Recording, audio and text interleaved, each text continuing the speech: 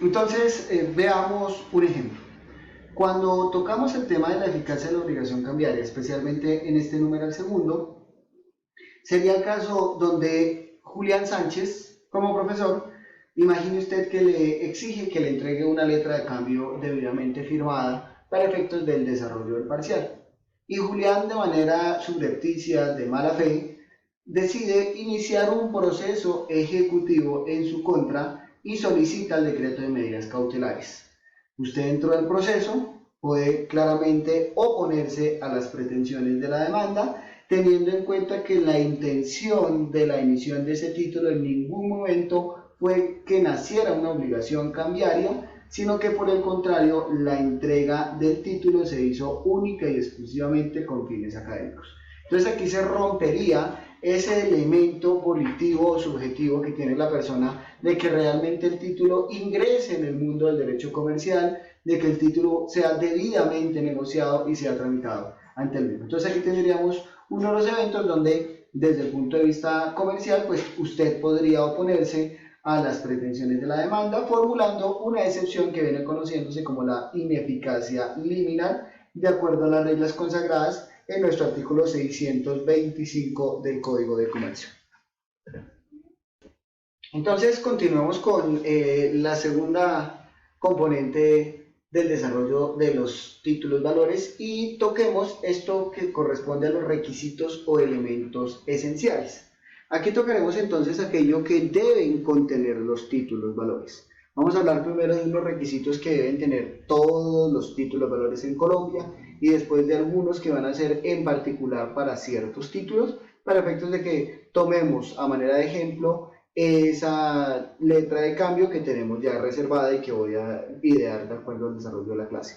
Entonces, aquí hablaremos de esto que siempre deben tener los títulos y por eso van a representar elementos esenciales. Y esto es claro y preciso para efectos de determinar si la consecuencia jurídica que se genera sería ineficacia o se tratara de una consecuencia de inexistencia o eventualmente de nulidad absoluta. Para eso entonces tenemos que entrar a revisar el incumplimiento que se llegue a generar frente a estos requisitos que la ley consagra. Entonces, toquemos estos requisitos desde dos puntos de vista. Unos requisitos que se conocen como requisitos generales, que son entendidos como aquellos que deben tener todos los títulos valores, es decir, que para este caso en particular,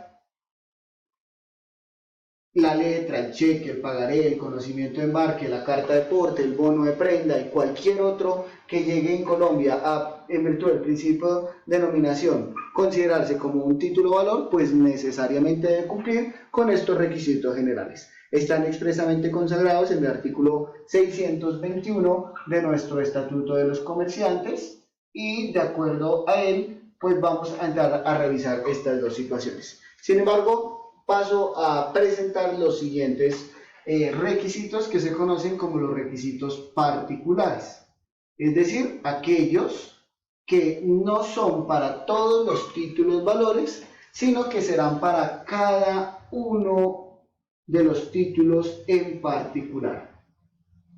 Los títulos tendrán sus propias características y en consecuencia, cuando la ley consagre de manera precisa cuáles deben cumplir cada uno de ellos, pues habrá que acudirse a esta regla. A manera de ejemplo tendríamos el artículo 671 del Código de Comercio, que nos consagra los requisitos que debe contener una letra de cambio en el derecho colombiano. A manera de ejemplo podríamos mirar los artículos 708 y 709 del Código de Comercio, que nos consagran situaciones referentes a el título valor denominado pagaré. Podríamos mirar la ley 1231 del año 2008 que nos mencionan los requisitos correspondientes para la factura de venta. Aquí entonces, fijaos estos dos elementos, tendríamos que cualquier título valor que exista en el derecho colombiano debe cumplir con los requisitos generales. Pero cuando hablemos del título valor en particular, además de los generales, deberá cumplir los particulares que consagre de manera expresa. Entonces, frente a este artículo 621 de los requisitos generales, la norma me dice lo siguiente. Son requisitos generales de los títulos. Primero, entonces tendríamos, como hemos venido revisando previamente, se conoce algo que es la mención del derecho que se incorpora, o conocido como la mención del derecho incorporado. Y frente a esto se determinarán algunas tesis que son las que nos consagra la doctrina colombiana. La mención del derecho incorporado corresponde a que de manera precisa, legible, se logre determinar a qué título o valor se refiere, en este caso, la creación del título respectivo.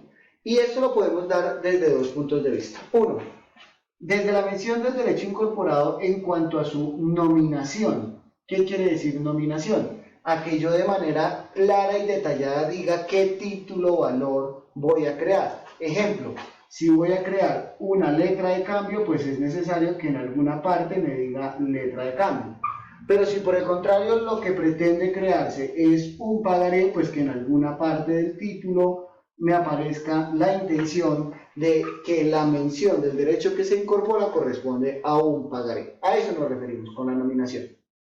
Sucedió en el territorio nacional alguna vez que se emitieron un cierto número de pagarés que se le omitió colocarle esta frase en particular, y cuando los demandados comparecían a los procesos, pues se oponían a través de un fenómeno que se conoce como la inexistencia del título, precaviendo dentro del proceso respectivo que faltaba uno de los elementos esenciales, en este caso la mención del derecho incorporado. Bastantes jueces de la República aplicaron esta tesis y, teniendo en cuenta que no se había nominado en debida forma el título, negaban seguir adelante con la ejecución.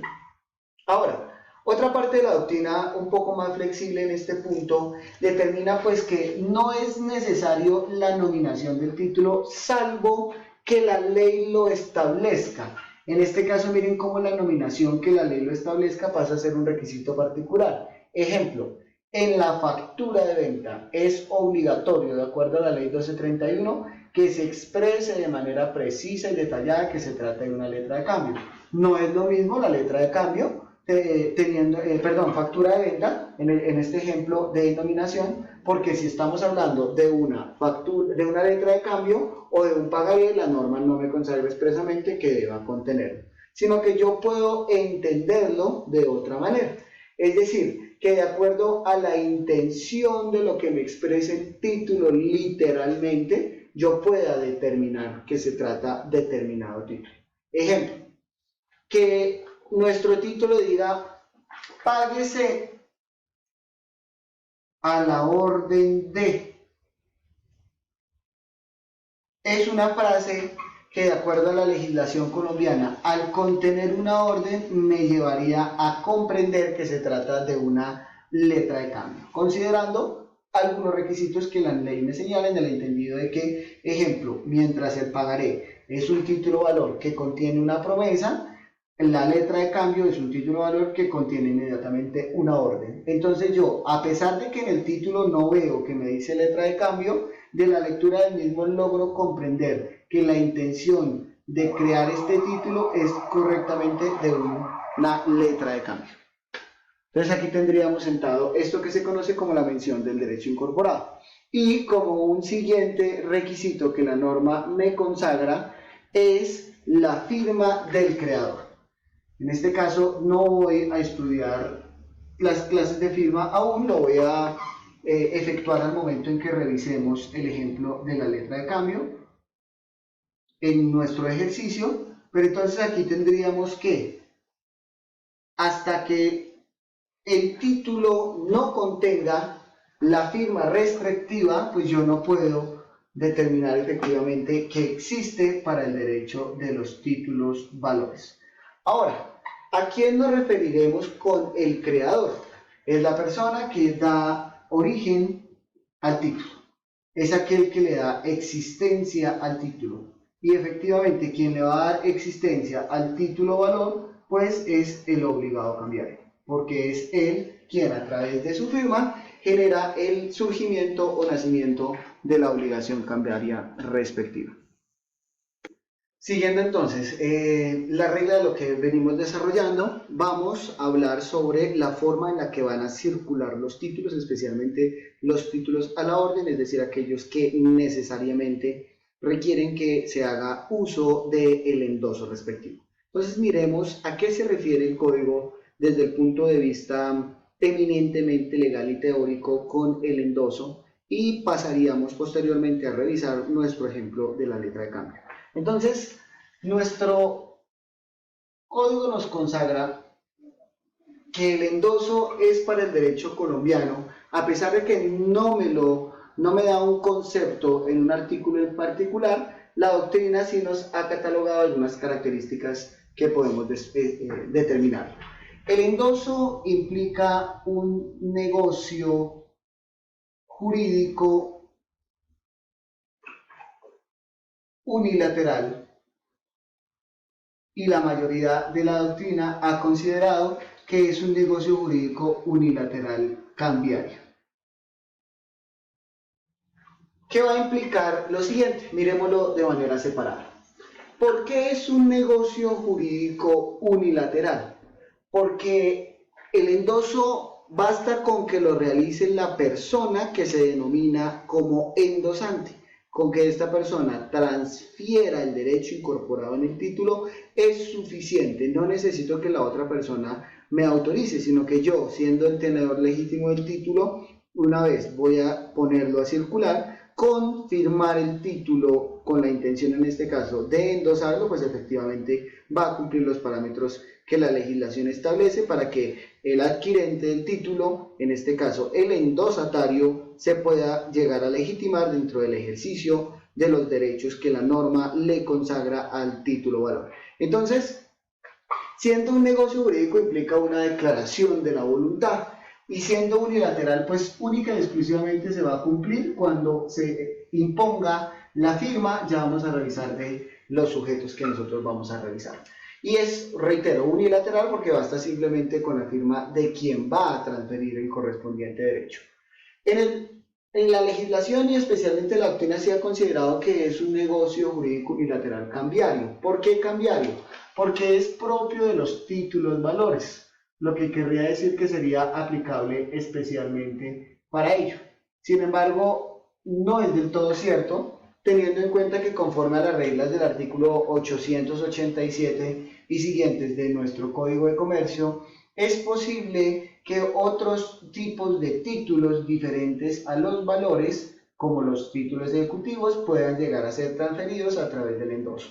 Y esto con la inclusión de la cláusula a la orden, situación que se debe ahondar en otros puntos, pero que en este momento dejo precisado en el entendido de que no son solamente los títulos valores los que pueden ser objeto de endoso, sino que la misma legislación me permite que en otro tipo de obligación yo pueda llegar a incorporarlo.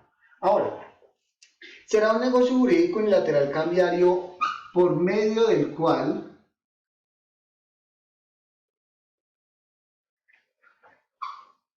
una persona llamada endosante. Y entonces aquí tendríamos el primero de los puntos, una persona que va a recibir el nombre de endosante. Y es la firma precisamente del endosante la que va a generar la existencia en el contenido del título del endoso. Miren cómo este endosante es en materia de títulos valores quien es el tenedor legítimo. Es decir, en este punto yo puedo lograr determinar que cuando tocamos al endosante es quien es titular del derecho, quiere decir que no es el obligado cambiario, sino que va a ser el tenedor legítimo quien para este caso en particular va a transferir su derecho, y esa firma impuesta es la que va a generar la existencia del mismo. ¿Qué es lo que va a suceder acá? Por medio del cual una persona llamada endosante, miremos el siguiente punto, transfiere o no el derecho incorporado en un título valor. Aquí con la salvedad de que no solamente le es aplicable a los títulos valores. Pero entonces aquí puede llegar a suceder que a través del endoso yo transfiera los derechos incorporados. Vamos a mirar la clasificación de lo que se denomina